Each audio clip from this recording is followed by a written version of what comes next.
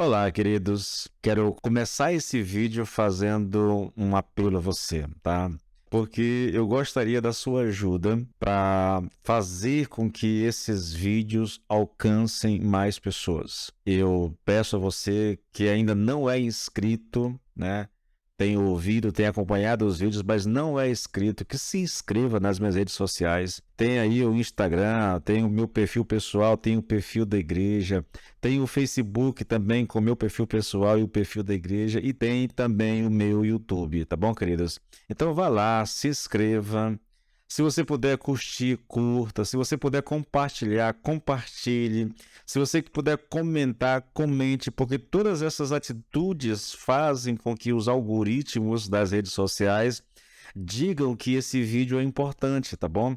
Então, se você puder aí, se você realmente achar que isso é importante, que isso vale a pena, eu peço a sua ajuda, tá bom? Que você nos dê essa força para que a gente possa alcançar mais pessoas com o evangelho. Dito isso, eu convido aqui vocês para nós lermos o texto de Romanos 2:4, que diz assim: Será que vocês não compreendem quão paciente ele está sendo com você? Ou você não se incomoda com isso?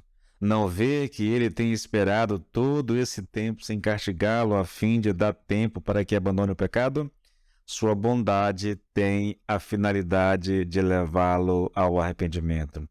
E eu preguei bastante sobre isso, né? Eu tenho aqui algumas mensagens a respeito dessa abordagem do capítulo 2 no versículo 4. São 3, 4 vídeos aí abordando isso, o perigo que nós corremos, né, em não entender a finalidade da bondade de Deus.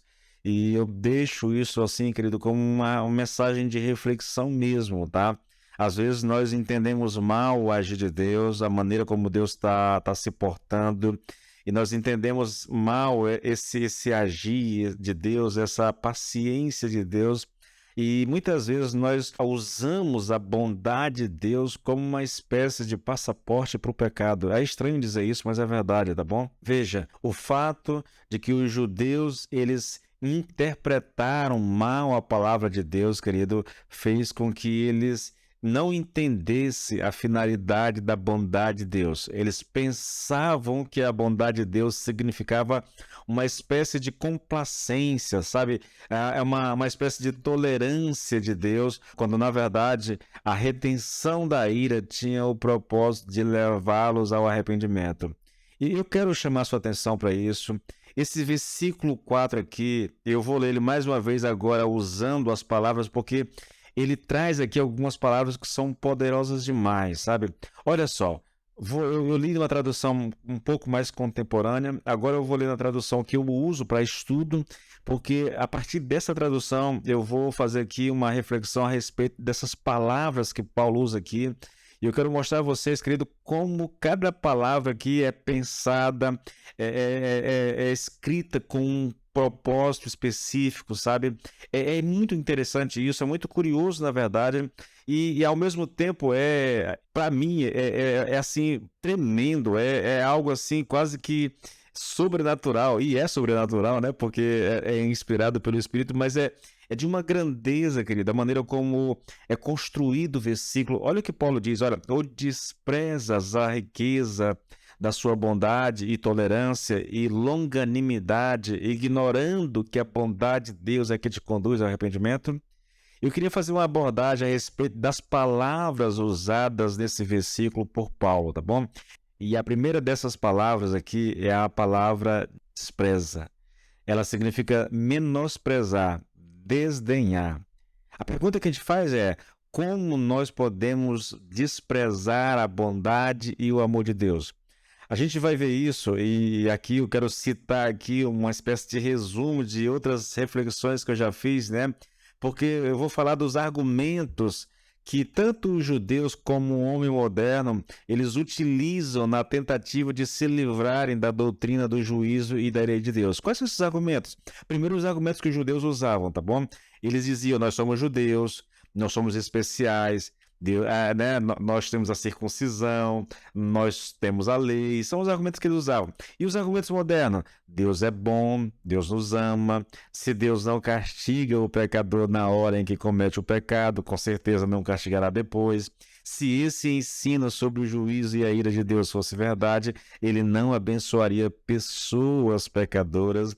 Então, nós usamos a bondade e o amor de Deus para justificar os nossos pecados, e é exatamente por esse motivo que desprezamos a bondade e o amor de Deus. Você consegue entender? Nós não entendemos o agir de Deus.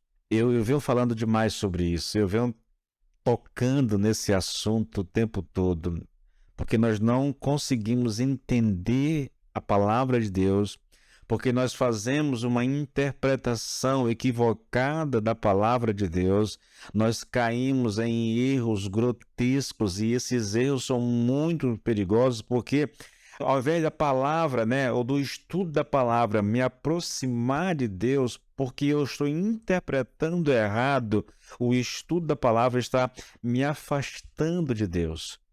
Queridos, eu não estou exagerando naquilo que eu estou dizendo. Eu não estou sendo sensacionalista. A intenção não é essa. Eu venho dizendo isso há tanto tempo, né? Seja aqui nessas reflexões, seja nas pregações que eu faço na igreja. Até sugiro a vocês, eu estou pregando em Romanos na igreja na terça-feira e também pregando em 1 Coríntios no domingo, né? Mas tenho estudos a respeito de outros livros da Bíblia que estão tudo aí nas minhas redes sociais, principalmente no YouTube, tá? Eu venho dizendo isso há muito tempo. A interpretação equivocada das Escrituras podem me afastar de Deus e elas podem ser fatais para a nossa salvação. Uma interpretação equivocada pode levar o homem ao inferno e eu não estou exagerando nisso. Eu não estou exagerando. Eu tenho consciência de que a melhor forma de nós nos precavermos, de nós nos assegurarmos de que estamos andando realmente com Deus é tendo uma interpretação certa, correta das Escrituras. E qualquer que seja a mensagem, qualquer que seja a pregação bíblica, que não me faça entender, que não me faça perceber que eu preciso de um Salvador, ela não pode ser nem chamada de mensagem bíblica, porque a finalidade das Escrituras é me mostrar que eu preciso de um Salvador, que sozinho eu não sou suficiente para me salvar. Minha justiça própria, minha bondade, minha religiosidade, o cumprimento das minhas obrigações religiosas, essas coisas, elas não podem me dar salvação, elas não podem me ajudar nesse processo de salvação. A única verdade que pode libertar o homem, a única verdade que pode aproximar o homem de Deus é entender que só Jesus Cristo, através do sacrifício na cruz do Calvário, pode salvar o ser humano.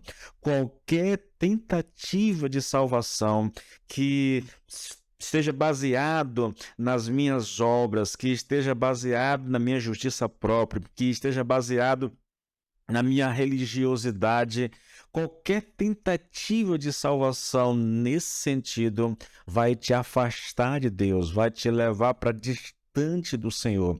Por isso eu repito, com qualquer mensagem bíblica que dê ao homem a impressão de que ele não precise de um Salvador, de que ele não necessite desesperadamente de um Salvador, essa mensagem ela está distorcida, essa mensagem vai te afastar de Deus e não te aproximar de Deus. E, queridos, essa é a verdade. É tudo que nós temos ensinado aqui. Repito a você, volte aí alguns vídeos aí, acompanhe as ministrações e você vai entender isso, porque eu estou sendo detalhista nessas reflexões, eu estou trabalhando isso exaustivamente com a intenção de fazer com que você compreenda essa verdade. Só Jesus Cristo salva. Tá ok, queridos? Deus abençoe vocês.